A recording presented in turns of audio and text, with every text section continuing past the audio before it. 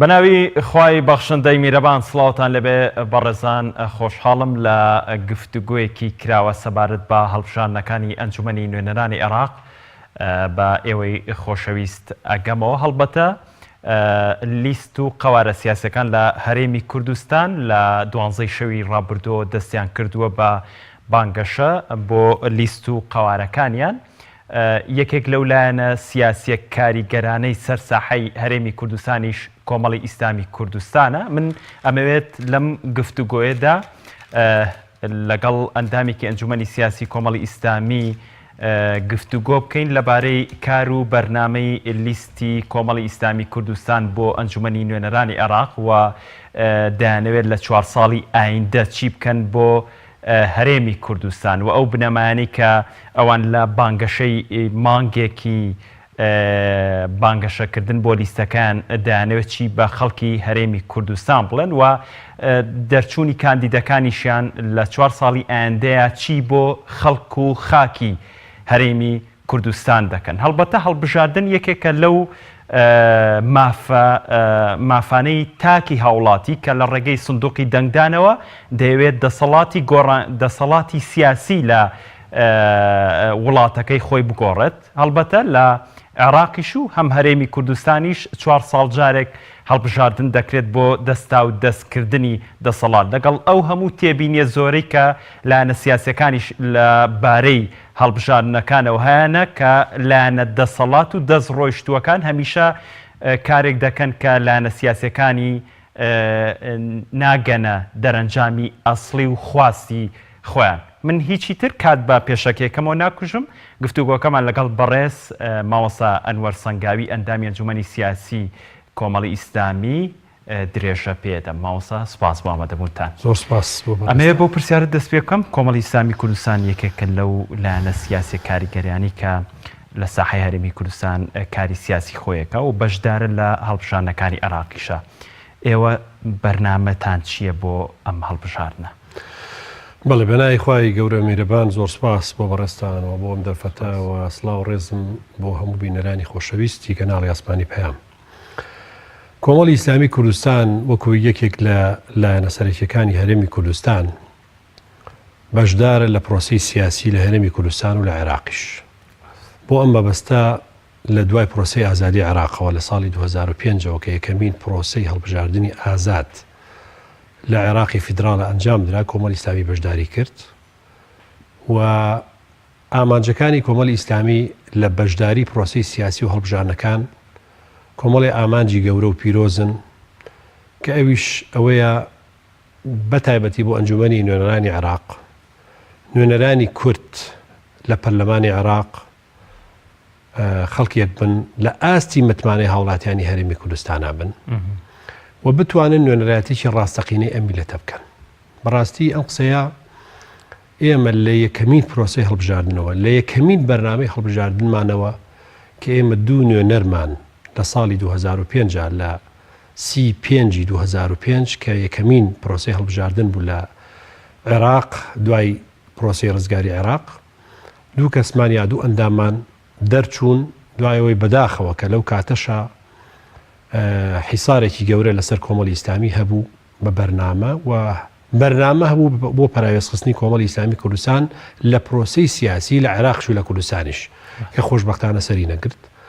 کۆمەڵی ئیسلامی کوردستان لەو کاتەوە کە بەرنامەی هەڵبژاردنی خۆی دانا ئامانجەکانی خۆی بۆ ناردین نوێنەرانی بۆ پەرلەمانی عێراق دیاری کرد کە خۆی لە چەند خاڵێکا بینیەوە. هەمان ئەو ئامانجانە ئێستاش کۆمەڵی ئیسلامی دووبارەی ئەکاتەوە کە بەداخەوە ئێمە کەمینەیەک بووین لە کۆی ژمارە ئەوەندە پەرلەمانانەی لە عێراقا نوێنەرایەتی میلەتی کورد و هەرێمی کوردستانیان کرد لە بەغا. زۆرینەکان نەیانتوانی بەڕاستی ممەسیلێکی حەقیقی میلەت بن لەوێ و داکۆشیکارێکی حەقیقی بن لە مافەکانی میلەتی کورد، بەڵکو کۆمەڵی قەیران و کێشەی زۆر گەورەیان دروست کرد، داکۆکی کردیان لە مافەکانی حیزبەکان و خۆیان بوو. بۆیە بەداخەوە قۆناغ بە قۆناغ خەڵک جەماوەری کوردستان گلەی بۆ دروست بوو لە نوێنەرانی کورد لە پەرلەمانی عێراق. بۆیە ئێمە لە پەرلەمانی یا لە هەڵبژاردننی خولی ساڵی 2014 کە سێ نوێنەرمان متمانەی وەرگرت لەلایەن جەماوەری کوردستانەوە لەڕێی پارێزگەکانی هەولێر و سلێمانی، دوان لە پارێزگای هەولێر و ئەندامێکشمان لە پارێزگای سلێمانی. خۆشبەختانە ئەم سێ نوێنەرە کە کۆمەڵێک مەکانەی یا شوێنی گرنگیان لە ناو پەرلەمانی عێراقا وەرگرت، یەکێک لەوانە کە بڕیاردەری لیژنەی دارایی پەرلەمانی عێراق بوو و مامۆسایانی بەڕێزی تریش لە لیژنەی یاسایی پەرلەمان و لیژنەی ئەوقاف و ئاینی پەرلەمانی عێراق بەشدار بوون و لە چەند لیژنەیەکی تری لاوەکیش توانیان وێنەیەکی جوانی پەرلەمانتارێتی پیشانی جەماوەری کوردستان بن و متمانە دروستکەن لای جەماوەری کوردستان. بۆیە کۆمەڵی ئیسلامی کوردستان ئەگەر زەمینەی بۆ فراهەم بێت و لەم هەڵبژارنەی کە بەرەوپیری ئەچین لە 12/5 جەماوەری کوردستان متمانە بن بەو نوێنەرانە کە دەستنیشانی کردوون بۆ نوێنەرایەتی میلەتی کورد لە بەغا، ئەوە بەڕاستی ئەو هەنگاوانە ئەنێن و ئەو بەرنامەی کە کۆمەڵی ئیسلامی ڕایگەیاندووە لە ڕێی ڕاگەاندن و بانگەشەی لیستی خۆیەوە هەوڵ ئەدا ئەوە جێبەجێکە کە خۆی بینێتەوە لە 6 تەوەری سەرەکی کە هەر هەمووی داکۆچیە لە مافی میلەتەکەمان و بنیاتنانی عێراقێکی دامەزراوەی فیدرالی بە شێوەیەک کە مافی میلەتی کوردی بە شێوەیەکی دەستوری تیا دەستەبەر بێ و کەسیش نەتوانێت مافی ئەمیلێتی ئێمە زەوت بکە. زۆر باش، دەستخۆش. هەڵبەتە ماسەنوەر لە دوای ڕووداوەکانی 16 ئۆکتۆبەرەوە ناکۆکیێکی زۆر لە نێوان دەسەڵاتدارانی عێراق و هەرێمی کوردستانە دروست بوو بۆ ئەوەی کە ئێوە وەکو لایەنێکی سیاسیش ناڕازی بوون لەو کاری کە بەشێک لە دەستڕۆشتوانی هەرێمی کوردستان پێی هەڵسان و ئەو ڕووداوانی لێکەوتەوە. لە دوای ئەوەوە کەمتر گوێ لە ئەندامانی پەرلەمانی کوردی ژیرە بەنمونە تێپەڕاندنی بودجەیەکێک بلو لەوانی کە تێبینیەکانی نوێنەرانی کورد گوێ لێ نەگیرە. ئێوە ئەتانەوێت لە داهاتووە چی بکەن بە تایبەت ئێستا میلەتی کورد بەدەست قەیرانێکی دارایی و ئەناڵێنن بێ ئومێد بوون لە دەست ڕۆشتوانی هەرێمی کوردستان لەوەی کە شایستە دارایەکان و مافە سەرەتایەکانی ژیانیان بۆ دابینکەن ئومێد و چاویان لە بەغدایە. ئێوە نوێنەرەکانتان و ئەو بەرنامەی کە هەتانە لە عێراقی 4 ساڵی ئایندە کە بەشدارە بن چی بۆ خەڵکی هەرێمی کوردستان بکەن؟ بەڵێ ئێمە بەڕاستی دروشمێک کە هەڵمان گرتووە بەردەوامیش داکۆچی لە یەکەین لە پەرلەمانی کوردستانیش و لە عێراقیش و لە ئەنجومەنی پارێزگاکانیش و لە بەرنامەی سیاسی کۆمەڵی ئیسلامیە ئەوەیە کە ئێمە سادقانە و ڕازگویانە تەعامل و هەڵسو کەوتەکەین. ئێمە لە عێراقی فیدرالە بەشدار بووین لە دانانی دەستوری هەمیشەی عێراق و دەنگمان پێدا وەکو میلەتی کورد وەکو هەرێمی کوردستان. بەڕاستی المؤمنون عند شروطهم أو يعني المسلمون عند شروطهم إما لأنجامي أو كدعم بودا سورة دا وبيوسف بابن من بيوي هر كاتيكش بمعنى بير لو بكينوا لو بنا معي كيما يلقى العراق بستوته لا بين أود أو مصداقيتي يا أو بيماني كهمانا كالدستور العراق همانا هلا وشيتوا وأبي أو لحالتك على هنجايش وأبي مؤسسات الرسمية هرمي كردستان بريالك لو شويبا كبرلماني كردستان أويش بشوي قانوني خوي بشوي ياسعي خوي بلان بداخوا بتعبتي لصالي 2015 بدواوة هرمي كردستان كبريالي دا بشوي كسر بخو نوت بفروشي كأمد دجا لقل دستوري هەمیشەی عێراق کە هەرێمی کوردستانی جقراری کردووە بەبێ تەفاهم لەگەڵ حکومەتی ناوەندی لەگەڵ پەرلەمانی عێراق هەرێمی کوردستانیان تووشی کۆمەڵی قەیران و کێشە کردەوە کە خۆشیان چارەسەریان پێ نەبوو بۆی بەڵێ هەرێمیان تووشی ئەم قەیران و کێشەیە کرد نەتیجەی هەنێ مەطامحی حیزبی هەنێ مەطامحی شەخسی کەسی کە سوودمەند بوون لە بچڕاندنی ئەو پەیوەندی نێوان هەرێمی کوردستان و عێراق بەڵام لە سەرنجامە میلەت زەرەری کرد و هەرێمی کوردستان تووشی ئەو هەموو قەیرانە بووە لە ساڵی 2015 هەتا ئێستا کێشە بە دوای کێشە بۆ ئەم میلەتە زیاد دەکەین. ئێمە بەڕاستی داکۆکیکردنی ئێمە لەسەرەوەیە ئەبێ هەم دەوڵەتی عێراقی فیدرال کار بە مؤسسات کە و نابێ میزاجی طائفی حیزبی عنصوری تەحەکوم کە لە بەڕێوەبردنی عێراقا دژی ئەوەین هەموو کاتێکی شتێکیتمان لێو کرێتەوە بە پێی حەزمی خۆمان ئەوەندەی توانیمانە ئێمە قسەی خۆمان کردووە وتومانە ئەم هەنگاوانە لە پەرلەمانی عێراقا کە ئەنرێت دژە لەگەڵ بنەماکان و دەستوری هەمیشەی عێراقا و دژی هەرێمی کوردستان ئەبێ حکوومەتی عێراقی ڕایگرێ و هەڵوێستی بەرامبەر هەڵوێستمان بەرامبەری نوانوە ئێستش ئێمە بەڕاستی بەرنامەی خۆمان ئەعلان کردووە یەکێک لەو بابەتانەی کە زۆر داکۆشی لەکە نوێنەرەکانمان لە داهاتووە کە ئینشاڵا بە لەلایەن جەماوەری کوردستان و متمانیان پێدرێژنە پەرلەمانی عێراق ئینشاڵا زیاترە بن لەو نوێنەرانی ئێستا هەمانن ئەمانە داکۆشیکارێکی سەرسەختن لەسەر مافەکانی هەرێمی کوردستان لە هەموو بوارەکانەوە لەگەڵ عێراقا لە ڕووی مافە مادەی و شای سەدارایەکانی هەرێمی کوردستان لە ڕووی مافەکانی هێزی پێشمەرگە و هێزە چەکدارەکانی هەرێمی کوردستان کە سەر بە حکوومەتی فیدرالین لە ناو داخلی منزومەی دیفاعی عێراقیان بە پێی دەستوری عێراقی و هەروەها هەموو بوارە جیاجیەکانی تر و دوای لێکێک لەو بابەتە گرنگانش بە مەسەلەی ناوچە جێناکۆکەکان و مادەی سەوچلە کە ئەمەش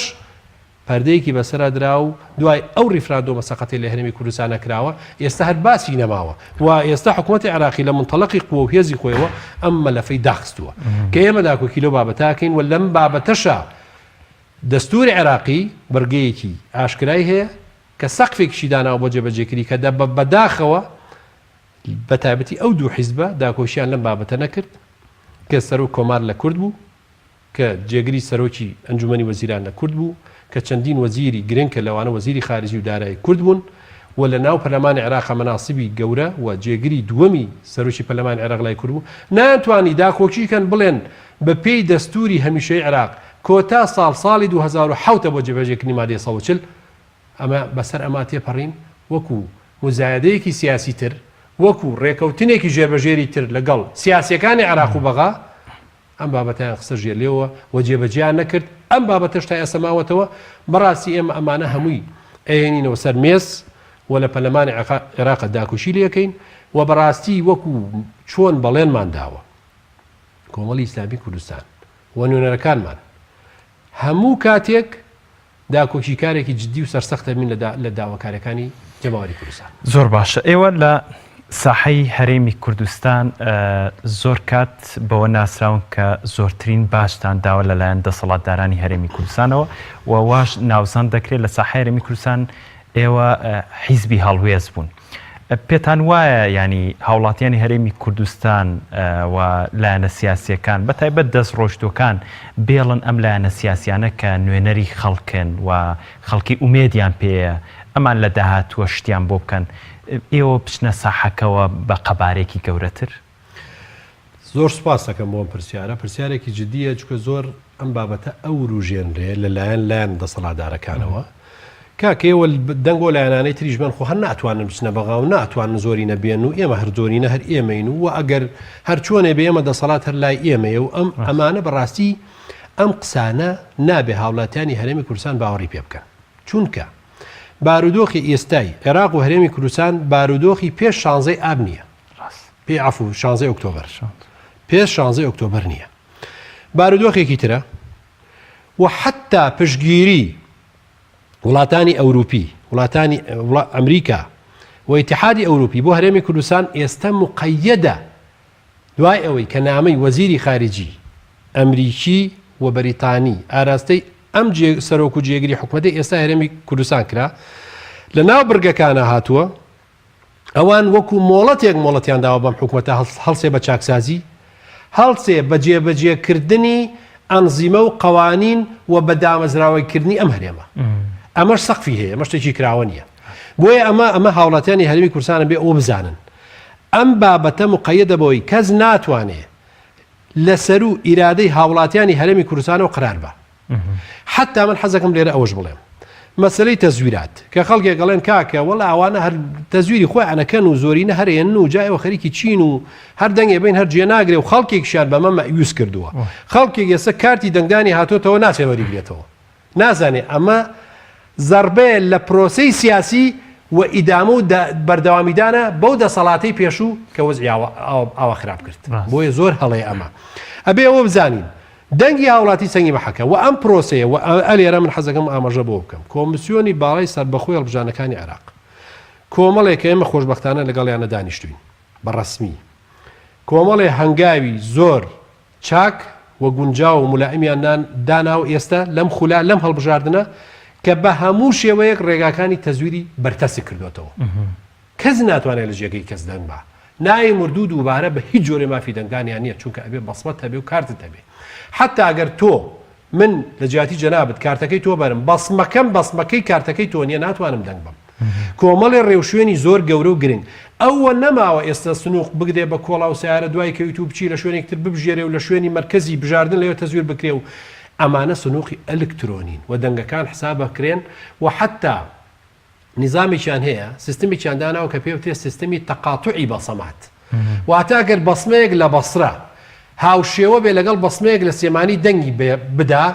ئەم تەقاتوعی بەسمەیە ڕێ ئەگرێ لەوەی کە ئەم دەنگە دووبارە یەکسەر ئینزارە داڵێ ئەم بەسمەیە لە شوێن لە بەسرش دەنگیاوە بووینە لێرە دەنگ بە یعنی بەڕاستی کۆمەڵی ڕێوشوێنی زۆر گرنگ گیراوەتە بەر بۆ ئەوی ئەم پرۆسەیە بە سەلامەتی بڕوات و ئێمە دڵمان پێی خۆشە و پشتگیری ئەو دوو نوێنەرەی کوردی ژەکەین کە ئێستا لە کۆمیسیۆنی باڵای هەڵبژاردنەکانی عێراقن کە دوو کەسی چالاکن و توانیویانە نوێنەرایەتێکی باشی ئەم میلەتە بکەن و ڕێگرێکی باش بن بۆ ئەوەی کە هاوکارێکی باش بن بۆ ئەوی پرۆسەی تەزویر لە هەرێمی کوردستانە سنووری بۆ دامرێ بۆیە بەڕاستی خۆشبەختانە ئەبێ ئەوە بزانین هیوا زۆرە ئەمەل زۆرە و ئێمەش هەموو ڕۆژێ ئەم مافەمان نییە بتوانین سزای مقابلەکانمان بین سوزای ئەوانە بین کە بەڕاستی ژیانیان بەرەو ئەو ئاقارە بردین نابێ پەردەپۆشی هەندێک بابەت بکەین و بڵێن کاکە بەخوا وەزعەکە با هەروە بڕوا و چازە هیچ ناکرێ و ئەم یەئس و ئەم مەیوزبوونە بەڕاستی زۆر خراپە و ئێمە تەنها ڕێگەی چارەسەر تەنها ڕێگەی گۆڕانکاری ئەمڕۆ لە بەردەستمانە پرۆسەکانی هەڵبژاردنە ڕێگەی ترمان لە بەردەمانیە چونکە خۆتان نەزانن ئەوە چەندین مانگ و حتا ئەو بۆ چەندین ساڵە پرۆسەی خۆپیشاندان و مانگرتن هەیە لە هەرێمی کوردستانە ئایان دەسەڵاتە گوێگرت هات بەدەم خۆپیشاندانەکان و داواکاری هاوڵاتیانەوە گوێ ناگرێ بێباکە شانازی بە قۆ دەسەڵاتی خۆیەوەکە ئەڵە کەس ناتوانێت قۆ دەسەڵاتم لێ وەرگێ خەڵکی هەرێمی کوردستان ئەوە واعین بەلایەنە سیاسیەکانیشەوە بەلایەنە سیاسیەکانەوە کە معارضە و سوڵتەیەن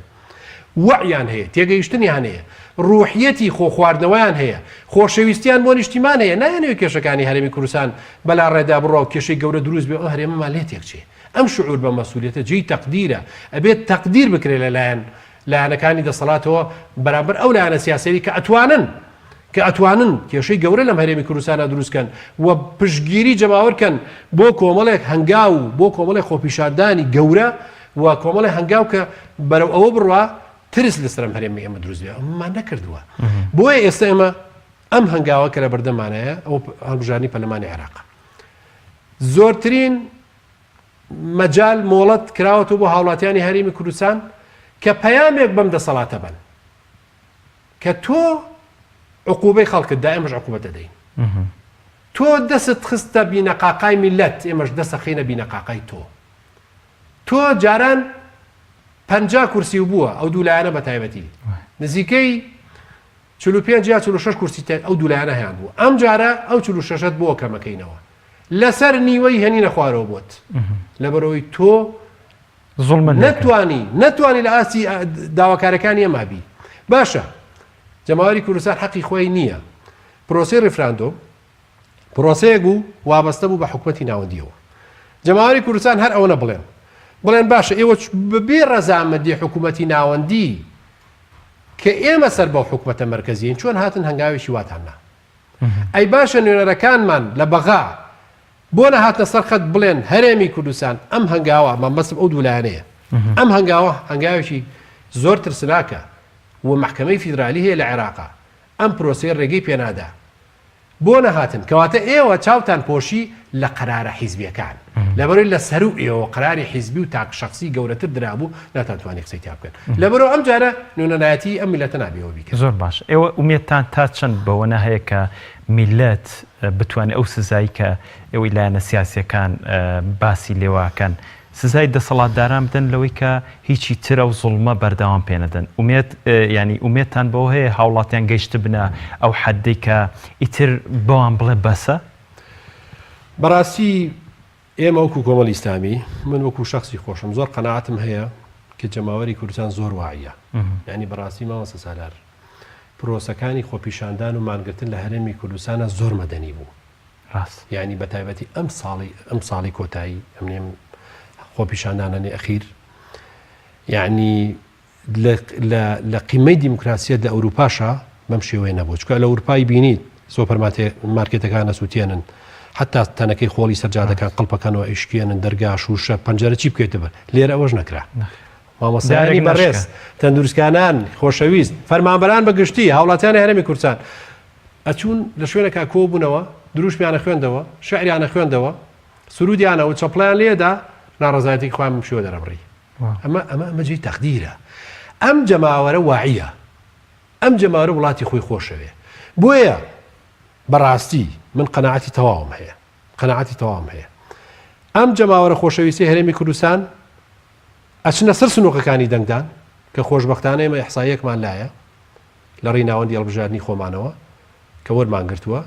پێ ئەچێ ئەم جارە لە 175 بۆ هەر لە 180 هاوڵاتیانی هەرێمی کوردستان نیازمەند بن بچنە سەر سنووقەکانی دەنگان کە ئەمە ڕقەمێکی زۆر دڵخۆشکەرە کە لەوە چێ لە شپارێزگاکانی جنوب و وەسەتی جوانە بێ چونکە جەماوەری کوردستان ئەزانن تاکە ڕێگەی گۆڕانکاری لە هەرێمی کوردستانە سنووقەکانی دەنگانە تاقە ڕێگەی تەئدیبکردنی دەسەڵاتدارانی پاوانخواست دیکتاتۆر ئەو دەسەڵاتەی کە ئەوەی حسابی بۆ نەکرد هاوڵاتیانی هەرێمی کوردستان بوو کە ئەو هەموو ئەساتە بوو بینیمان لە فەقیری لە هەژاری لە تەعدا و لە ڕێز نەگرتن هاوڵاتیان و لێدانی خەڵکی خۆپیشاندەر و هەتا دوایی ئەم جەماوەرە سزای ئەو دەسەڵاتدارانەدا یعنی ئەوەی چاوەڕوان کراوە و ئەوانش خۆیان بە تەسەووری ئەمە ئەو لایەنانەش خۆیان هەستیان کردووە کە بەرەو ئەمە ئەڕۆن بۆیە بەڕاستی ئومێدمان زۆرە خاریتەی سیاسی نەخشەی سیاسی لە هەرێمی کوردستانە گۆڕانکاری بەسەرا بێ گۆڕانکاری جدیش زۆر باشە هەڵبەتە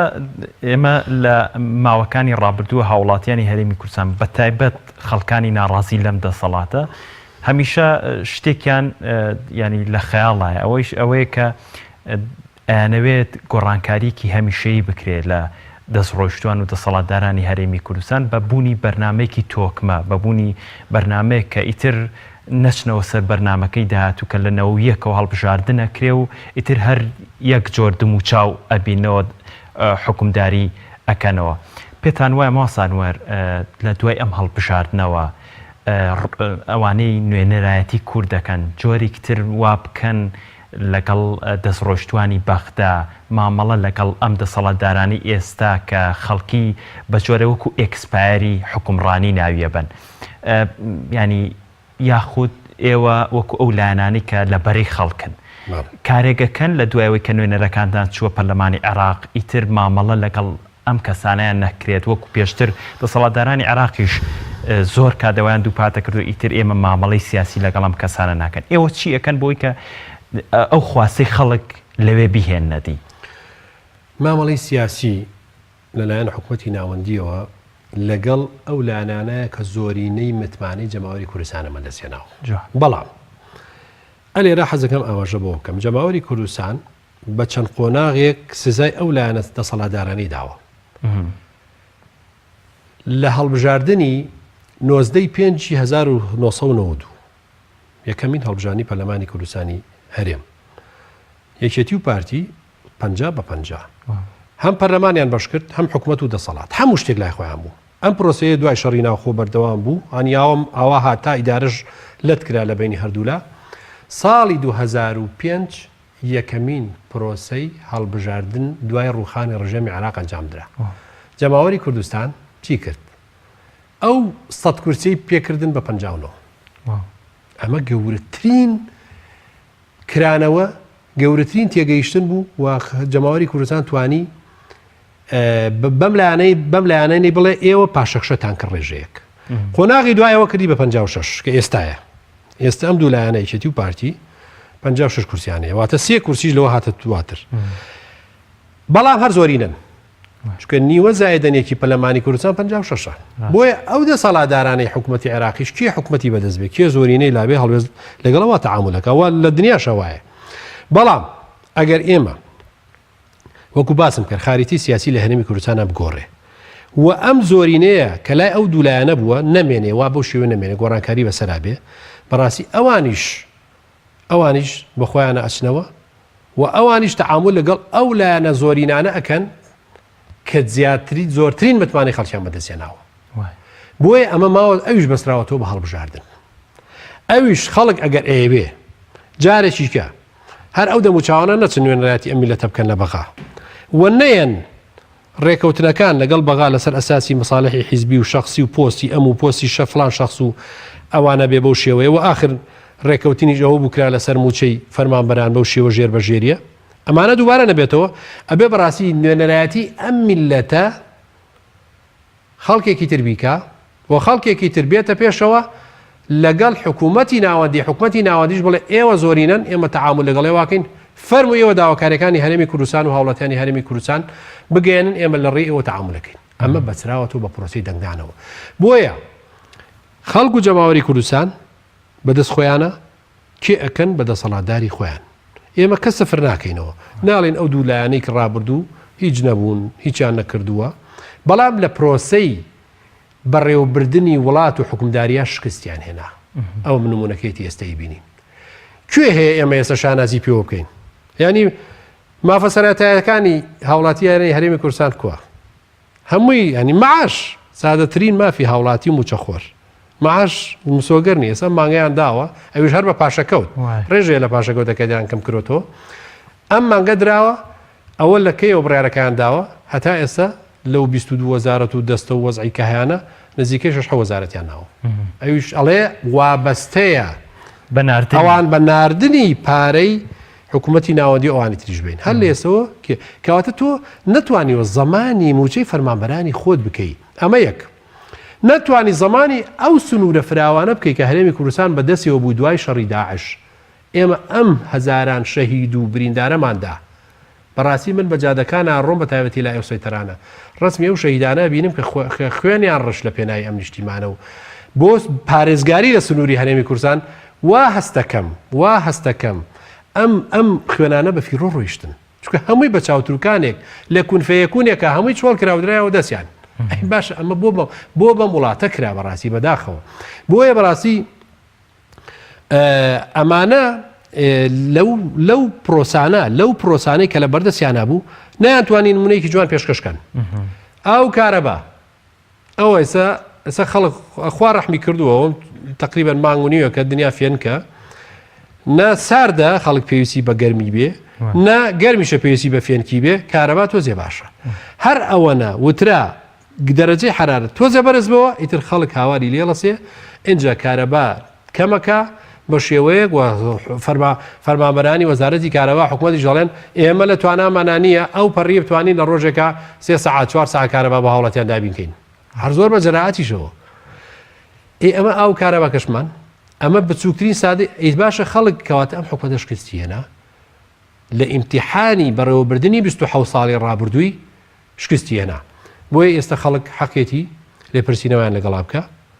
بەو دەنگدانەی خۆی زۆر باشە ماسانوەر بەشێک لەو شوێنانەی هەرێمی کوردستان کە پێوترێ ناوچە دابڕێنراوەکان ئێوە لەگەڵ دوولانی تری سیاسی هەرێمی کوردستان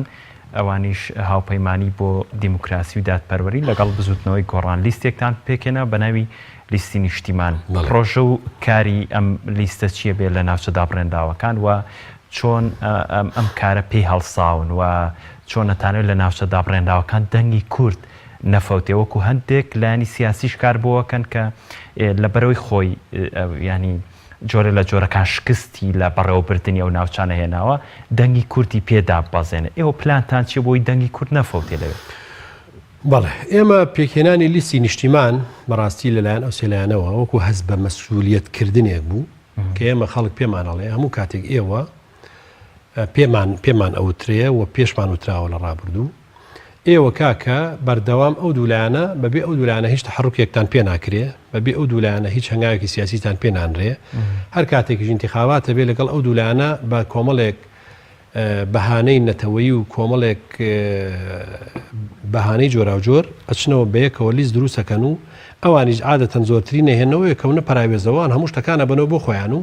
دیسان خەڵکەکەی تۆ ژێر دەستیان ئەم هەنگاوە سیاسی ئێمە ناومانە لەو ناوچانە بەتایبەتی ناوچەند ناو کێشە لەسەرەکان کە پارێزگاکانی دیالە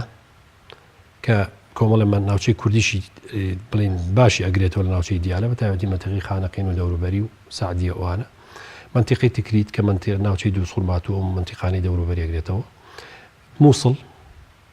و هەروەها کەرکووک ئەم چوار محافەزەیە کە زۆربەی ناوچە کێشە لەسەرەکان لەسەر ئەم چوار محافەزەیەن ئێمە بڕیارماندا خۆمان جیاکەینەوە لەو دوو حیزبە و لیستێکی سربەخۆ دروستکەین بە تەحالوفێکی نوێ و نمونەیەکی تر پێشکەشی جەماوەری و سنوورانە بکەین ئەم جەماوەری ئەم سنوورانە گلەیان هەیە دەربەدەر بوون ئاوارە بوون ئیسراحەتیان لە خۆیان نەدی چەندین ساڵە ئەم خەڵکە هاوارەکە کاکە بەس ئیدارەی بەڕێوەبردننی شاری کەرکووک یەک بخەنەوە بەسە دوو ئیدارەی دوو ئاسایش بەسە دوو قایمقام بەسە دوو پۆلیس بەسە دوو هەمووی دوو تەوزیعاتی حتا لە مەسایلی خوێندن و مەناتیقەکانیشا تەجزیئەی کرابوو بەسە کۆتایی بەمە بهێنرێ بە قسەی کەسیان نەکرد و هەر یەکەیان محافەزەی لە نفوسی خۆی کرد سامانی ژێرخاکەکەشیان سامانەکەی ژێرخاکەکەشیان ئەفرۆشت و بەبێ ئاگادە حتا حکوومەتی عێراقیش بێدەنگی لێ کردبوو ئەمانیش وەکو تاڵان ئەیان فرۆشت و نەش کەس نەیزانی چۆنە و چیە بێ بەداهات بۆیان ئەمە ئێستا جەماوەری ئەو من ناوچانە هەر یەکەیان بە شێوەیەک معاناتی نەتیجەی دەسەڵاتی ئەم دوولایانە چەشتووە ئێمە ئێستا نمونەیەکی ترمان هێناوە ئەڵێن کاکە ئێمە ئەمانەوێ بە هەموو لایەکی بسەلمێنین ئیدارەی ڕابردووی ئەم ناوچە جێناکۆکان و کێشە لە سارانە ئیدارەیەکی سەقەت بووە و خەڵک لە نەتیجەی ئەم ئیدارە سەقەتە تووشی ئەشکەنجە و ناڕەحەتی و کۆمەڵی گرفتی جۆرا و جۆر بووە ئێستا کاتی ئەوەیە خەڵک بێت کۆمەڵی لایەنی تر کە دێنە پاتوونەتە پێشەوە بە لیستێکی تر جیا لەو دوولایانە ئەیانەوێ بێنە پێشەوە خزمەتی ئەم ناوچانەتان بکەن نوێنەراتیش حەقیقیەوە بکەن کێشەکانی ڕابردوو هەموو دووبارە نەکەنەوە و ئەم قەزەیەش حتا ئێمە لە قەزایی لە مەسائلی ئێستا لەو مەناتیقانە کە کێشەی نەتەوەیی کێشەیەکی زەق و دیارە ئێستا لە منتیقەکانە عنی ئێمە حتا زۆر حریسیش بووین لەسەر ئەوەی کە هەموو کوردێک لیزبین لەوێ و ئەمەشمان باس کردووە و جەلسەشمان لەگەڵ ئەو لایەنانە کردووە بەداخەوە ئیستیجابە نەبوو حتا کاتەکە بە شێوەیەک ئەڕۆی کە دەرگای تەحالوفات خەریک و داخرا ئەوان ئیستیجابەیەکی ئەتایەتی ئەو دوولایانە وە بە ئێمەیان نەدایەوە کە ئێمە بڵێن ئیستیعدادێکمان هەیە کاکە وەرن ئێمە بەڵام بە مەرجی ئەوەی ئەبێ بە ئیتیفاقیشی نوێ بە سیستمێکی نوێ بە شێوەیەک بێ ئەوەی ئێوە هەموو شتێک بن و هەموو شتێک لەسەری سەرەوە من ئەوما قبوڵ نییە ئەبێ ئەمەشیان نەکرد بۆیە ئێمە بەڕاستی هاتین خۆمان بیرمان لەوە کردەوەم سێلایەنە لیستێکی سربەخۆ دروستکەین لە سێلایەن و هەر لایەنەکانی تریشمان تاک بانگێش کرد بۆ ئەو لیستە وەرن بۆ ناو لیستی نیشتیمان هەر بەناوی لیستی نیشتیمانەوە کە دروشمی ئەم لیستە کە بە هەموو لایەکمان ئایندەیەکی باشتر بنیادەنین بۆ ئەم ناوچانە ئەمە دروشمی لیستەکەیە ئەمانەوێ بەڕاستی داکۆچێکی جدی بکەین وەکو چۆن لە بیدایەتی بەرنامەکە باسم کرد یەکێ لەو بابەتانی کە ئێمە لە ڕێی پەرلەمانتارەکانمانەوە ئەمەی کۆمەڵی ئیسلامی داکۆچی لە یەکەی لە پەرلەمانی عێراق مەسەلەی ناوچە جێناکۆکەکانە و داکۆچیە لە تەنفیزی مادەی 140 دەستور بەو شێوەی کە دیاری کراوە چونکە ئەوە خراوەتە ژێلێەوە ئەوە دوا خراوە و حەقی خۆی پێ نەدراوە ئەوە هەروەها هەدەفێکی تریشمانەوەیە بەڕێوەبردننی ئەو ناوچانە کە ئێستا انتخاباتی عێراق نوێنەریان لە ڕێی ئەو ناوچانەوە چێ بۆ بەغا و دوای ئەوە ئەنجومەنی پارێزگاکانی انتخاباتەکری لەو ناوچانە ئێمە ئەمانەوێت ئەنجومەنی پارێزگاکان کە تەمسیلی خەڵکی پارێزگاکان بۆ بەڕێوەبردننی حکومەتی خۆجێی شارەکە ئەمانەوێت تەمسیلی داهاتووی کورد لەو ناوچانە خەڵکێکی تر بێ نەگەوانەی ڕابردوو لەوێش لە هەڵبژانی ئەنجومەنی پارێزگاکەشدا هەر ئەو سێلایەنە بە یەک لیستا بەڵێ بڕیارمان داوە ئێمە بڕیارمان داوە بۆ ئەنجومەنی پارێزگاش قسەمان لێ کردووە بەڵام تەمەنەوە تەقدیمی لیست و هینی ماوە قسەمان لێ کردووە ئومێ دەکەین ئەم هەنگاوەی ئێستا کە ناومانە بۆ ئەنجومەنی نوێنانی عێراق و لە ڕێی لیستی نیشتیمانەوە ناوچانە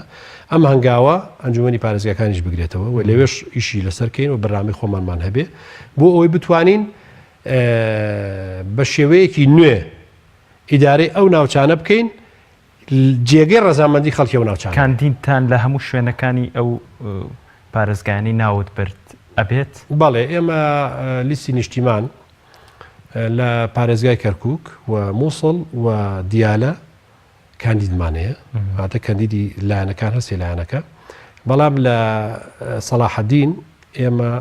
لیستی نیشتیمان کاندیدمان نییە وەکو لیستەکە ینی وەکو لیستی نیشتیمان لەوێ لەبەر حاڵەتی تایبەتی ئەوێ و ئێستا کە منتیقەی دووسڵمات و چەقی دەنگدەری کووردە لە پارێزگای سەلاحەدین ئێمە هاتوین لەوێ لەگەڵ چەند لیستێکی ترا ڕێکەوتوین بۆ ئەوەی کە پشتگیری چەند کاندیدێ بکەین بتوانین لەوێ ئەوانە نوێنەرایەتی ئەم لیستە تازانە بکەن کە ئێمە ئێستا لە ناو لیستی نیشتیمانە خۆی بینێت زۆر باشە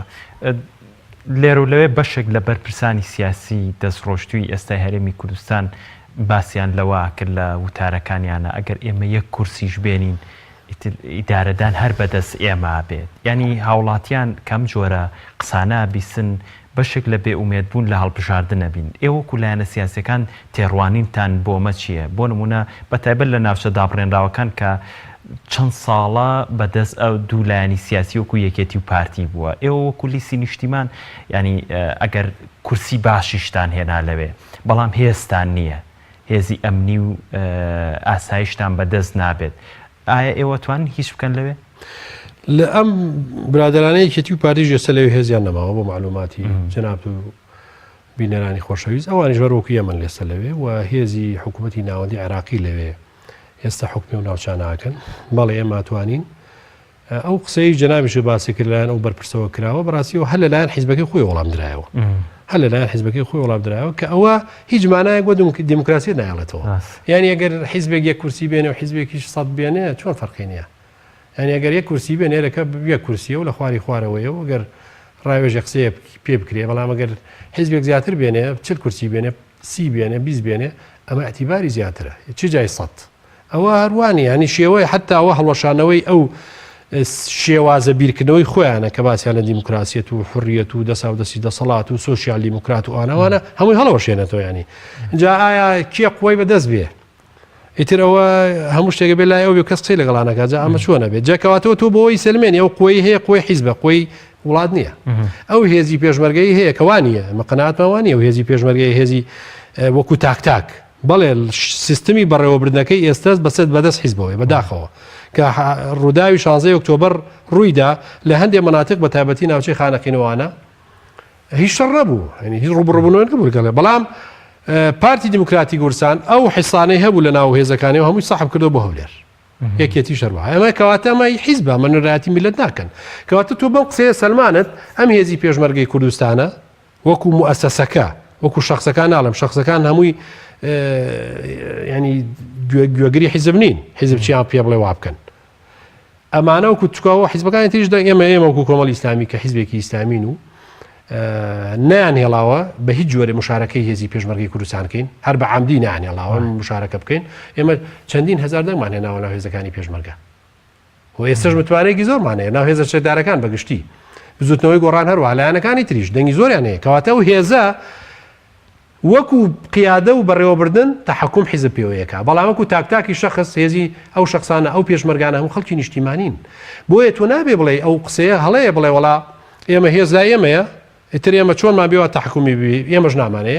ئێمە بۆیە هاتوونێتە ساحەکەوە وەکو کۆمەڵی ئیسلامی قسەمان لەوەیە هێزی چەکدار هێزی پێشمەرگە بێ هێزی خەڵک بێ ئەبێ هێزی نیشتیمانی بێ نابێ هی کۆمەڵ بێ نابێ پارتی بێ نابێ یەکێتی بێ ئەبێ هی موئەسەساتی دەوڵەت بێ و دەوڵەت تەحەکومی پێوە بکە چکە دەوڵەت تەحەکومی پێوە نەکرد ئەوە ڕوویە لە شوێنە سەحب بوو لە شوێنە شەڕ بوو لە شوێنە سەحبی قوات بوو بۆ وابوو لە بەرەوەی ئەمە میلیشایە وەکو میلیشای حیزبی تەعاملی لەگەڵەکرا نەک وەکو موئەسەسەیەکی عەسکەری منەظەم جێشی عێراقی بەڵێ خۆ سەدام حوسێن ئێستا وەختی خۆی جێشی عێراقی بەڵام چونکە ناوی جێشی عێراقی بوو یەک قیادەی مەرکەزی جێشی عێراقی هەبوو یعازێکەکە لە هەموو کەتیبە وحدەکانی ئەو جێشە جێبەجێکرا بەڵام ئێستا واژ نییە ئێستا ئەوەش دابەش بۆ بەسەر دوو لایەنە و پاشانیش وەکوتم ئەوەی ئاگای لەو کێبڕکێیی هێزەکانی پێشمەرگە بوو نەبوو لە کەرکووک و مەنتیقەکان وەزارەتی پێشمەرگە بوو وەزارەتی پێشمەرگە خۆی ئاگای لەوە نەبوو چ باسە چکە ئاگای لە قرارەتەکان نابوو قرارەتەکان لە حیزبەوە بۆ چوو ماسانوەەر بەشێک لە چاودێرانی سیاسی خوێندنەوەیان بۆ ئەم هەڵبژارنە ئەوەیە کە ئەگەر هاتوو ئەو دوولایەنە دەستڕۆشتووی ساحەی هەرێمی کوردستان چاودێری هەڵبژارنەکانەکەن لە 12 مانگی پێنجدا ئەگەر دەنگەکانیان باشدا بەزی لایەنە سیاسەکانی تر دەنگی باشتریان هێنا ئەوان ملەدەن بۆ ئەوەی کە ساحەی هەرێمی کوردستان ڕێکەوتنێک بکرێتەوە جارێکتر ئارامی بکەڕێتەوە بۆ حکومڕانەتی هەرێمی کوردستان بەڵام ئەگەر نەخێر پێچەوانە بۆ ئەوان هەر دەنگی خۆیان هێنا وەکو جاری جاران هاوشێوە حکومڕانی هەرێمی کوردستانەکەن پێت وایە ینی تێڕوانینی ئێوەی کۆمەڵی ئیسلامی کوردستان بۆ دوای هەڵبژارنەکانی عێراق ساحەی هەرێمی کوردستان حکومڕانێتی هەرێمی کوردستان چی بەسەدێ؟ بە قەناعەتی ئەمە ئەم هەڵبژاردننی ئەنجومەنی نوێنەرانی عێراق سەنگی مەحەکە ئەگەر خاریتی سیاسی لە هەرێمی کوردستانە گۆڕانکاری بە سەرابی و هێزە سیاسەکان دەنگەکانیان بگۆڕێ و ئەو شێوە بڕێوەبردنە یا ئەو زۆرینەی لای چەند لایەنێکی سیاسی بۆ بگۆڕێت تەحویل بۆ چەند لایەنێکی تر بەڕاستی نەخشەی سیاسی لە هەرێمی کوردستانە گۆڕانکاری بەسەرایەت چۆن حتا ئێمە ئێستا تا ئێستا وادەی هەڵبژاردننی پەرلەمانی کوردستان دیاری نەکراوە بۆ ئەم دوولایەنە وابەستایان کردووە بەچی بە پرۆسی پەرلەمانی عێراق و بزان ئەمە نەتیجەکەی چۆنە بێ تا بۆیە بەڕاستی ئێمە بەم هەڵبژاردنە پەردە لەسەر هەموو شتە نادیارەکان هەڵەماڵین بزانین چی لە بنسەری ئەمانی شاهەیە ئایا پرۆسی پەرلەمانی کوردستان کە مانگی 11 2017 وادەکەی بوو کە بەداخەوە نەریتی دواخستنی هەڵبژاردن چۆتە خوێنی ئەم وڵاتی ئێمەوە چۆتە خوێنی مؤسساتی ئەم وڵاتی ئێمەوە کە زۆر عیبە کە زۆر عیبە عێراقێک لە دوای 2023ەوە هەناسەیەکی ئازادی هەڵمژیوە هەتا ئەم دقەیە لەگەڵ جەناب دانیشتوم هیچ پرۆسەیەکی هەڵبژاردننی نە پەرلەمانی عێراق نە ئەنجومەنی پارێزگاکانیان دوانەخستووە لە کاتی خۆی ئەی باشە بوو ئێمە واین ئێمە بۆ لە ساڵی 91 و ئازادین ئێمە بووە پرۆسە ئاسایەکانیشمان هەموو دواخین بە کۆمەڵی حوجەجی بەتاڵ ئەی باشە بوو لە مانگی 11 نەما کرد بە حوجەی ریفراندۆم کە ئەویش عینە شت پرۆسەیەک بوو چاوەڕێی نەتیجەی پرۆسی ریفراندۆم بین دوای ئەو نەتیجەی ئەگەر سەری گرت ئەوە ئەو کاتە پرۆسی هەڵبژاردن پەرلەمانی کوردستان ئەنجام درێ و حیزبێک دهینی خۆی ئیعلان کە ئەوە شتێکی گەورەی کردووە و ئەگەر نەژبوو ئاوا مالیەکە ئێستا لێمان هات بۆیە بەڕاستی ئەمەش مەسەلەیەکە ئەگەر خاریتی سیاسی نەخشی سیاسی لە هەرێمی کوردستانە گۆڕانکاری بێ هێزە سیاسەکان و بەسەری شادێ حەزەکەم بزانی جەنابەت و ئەو ڕاپرسیانەی کراون لەلایەن ڕێکخراوە نێودەوڵەتەکانیشەوە و حتا ئەو ڕێکخراوە ئێنجیۆیانی ناوخۆی شۆکە کراوە نەخشەی سیاسی لە هەرێمی کوردستانە گۆڕانکاری بەسەرایەت و دەنگدەری هەرێمی کوردستان ئەم جارە وەکو جاران دەنگ نادا بەڵکو ئەوێت بەم دەنگەی و حاسەبەی ئەوانە بکە کە عقوبەیان داوە ئەگەر گۆڕانکاری دروست بوو ئەو کاتە ئۆتۆماتیکیەن ئەو لایەنە سیاسیانەی کە زۆرینە ئەهێنن ئەوانە ئەبن بەدەم ڕاستی داهاتوی هەرێمی کوردستان کاتم هیچ نەماوە بەڵام وەکو کۆتا قسە کاتە دەیەمێ لە ماوەی نیخولەکدا وەک بە پێی زانیاریەکان کە هێشتا ئەو خەڵکانەی لە کۆمسیۆنە بێ کارتەکان وەرگرتنەوە نەگەیشتۆتە سەر و لە 155 ئێوە وەکو لایەنێکی سیاسی ڕێنمایی هاوڵاتیانی هەرێمی کوردستان چی ئەکەن بۆی کە ئەم مافیان نەفەوتێ زۆر بە کورتی وڵایی دەست خۆش بێ بۆ ئەو ملاحەزەیە کە مامۆستا سالار تەبان ئەوەی جەنابەت ئەوە بۆ مەسلەی ئەوانن کە چوون بایۆمەتریان کردووە بەڵام ئەوەی کە چوون وەری بگرنەوە زۆر کەمە بەداخەوە ڕێژەی ئەوانەی کە کارتی بایۆمەتریان بۆ هاتوۆتەوە بۆ وەرگرتنەوەی بەڕاستی جۆشمان لێ یعنی کۆمسیۆنەکانی کوردستانیش بە سلێمانی و لێرە زۆر داکۆشی ناکەنەوەی خەڵک باسیکەن بەرنامەی لەسەرکەن کاکە وەرنەوە بۆ ینی ئەم پرۆسەیە بێ جەماوەر خۆی چونکە ئەو کارتی دەنگدانە وەسی ئەوەی کە چووە پرۆسی بایۆمەتری کردووە کارتی بایۆمەتری پێنەبێت ناتوانێت دەنگمان نابێ بڵێ بە کارتە کۆنەکە دەنگێن چونکە نابێت تۆ بایۆمەتریت کردووە و ئەو کارتی دەنگدانش کە وەرێک دێ هەر ئەوە نییە کارتێکی دەنگدان بێ ئەوە وەسیقەیەکی ڕسمی حکوومەتی عێراقیە ئەتوانی وەکو تەسکەرە وەکو جنسیە وەکو هەموو وەسیقەیەکی ڕسمی لە ناو مؤسساتی وڵاتە ئیشی پێ بکەیت چونکە هەموو زانیارێکی توی تایە بە بەسەماتیشتەوە بە تیشکی چاویشتەوە بە هەموو شتێکتەوە بۆ ئێوە داواکارین لە جەماوەری خۆشەویستی هەرێمی کوردستان زۆر بە گەورموگوڕی ئەوانەی کە بایۆمەتریان کردووە بڕۆن چکە ئەوەی کە نەیکردووە تازە ناکرێت کۆمسیۆن دایخستووە بەس ئەوەی کە کردوێتی و کە زۆرە ڕێژەیەکی زۆرە بڕۆن کارتەکان وەرگرنەوە کە لە مودەیەکی کەمیان پێچێ لە کۆمسیۆن و کارتە کۆنەکان بڕنەوە بۆ ئەوەی ئامادە بن بە شێوەیەکی زۆر مەیدانی بۆ ئەو دەنگدانی کە بڕێوەیە. بەڵێ زۆر سپاس بۆ بەڕێز ماوەسان وەرسەنگاوی ئەندامی ئەنجومەنی سیاسی کۆمەڵی ئیسلامی لە تەوەری گفتوگۆی ئەمڕۆیە لەگەڵ مابووی زۆر سپاس. بینەرانی خۆشەوی سپاس بۆ بینەری ئێوەش تاوکو ئێستا بینەرمان بوون بەخوای گەورەتان دەسپێرم کاتێکی خۆش.